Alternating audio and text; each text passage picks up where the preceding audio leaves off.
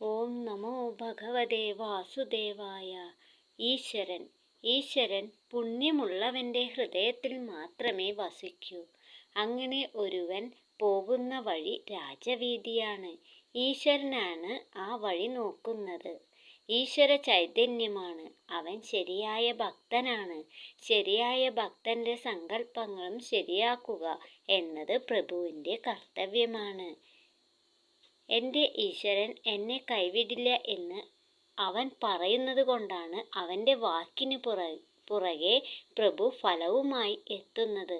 അചഞ്ചലവും അവികലവും അത്യന്ത ശുദ്ധവും അതിനിർമ്മലവുമായ ഭക്തി, ഏകാന്തത ഭക്തി ബുദ്ധി മുഴുവൻ ഹൃദയത്തിലേക്ക് തഴയുകയും ഉത്കടമായ ഹൃദയത്തിൽ ആ നാമങ്ങളിൽ ഭക്തി ഉണ്ടാവുകയും ആ സ്മരണകൾ കൊണ്ട് തൻ്റെ ശരീരവും മനസ്സുമെല്ലാം പീയൂഷാപ്ലാവിതമാകുകയും ചെയ്യുന്ന അത്യന്ത നിർമ്മലമായ ഭക്തി. അത് ഉള്ളവൻ്റെ അടുക്കൽ ഇരുന്നാൽ ആനന്ദം കിട്ടും.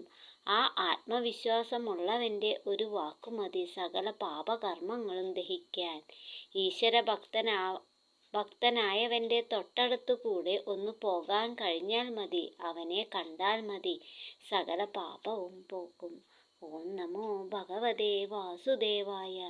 സർവം കൃഷ്ണാർപ്പണമസ്തു.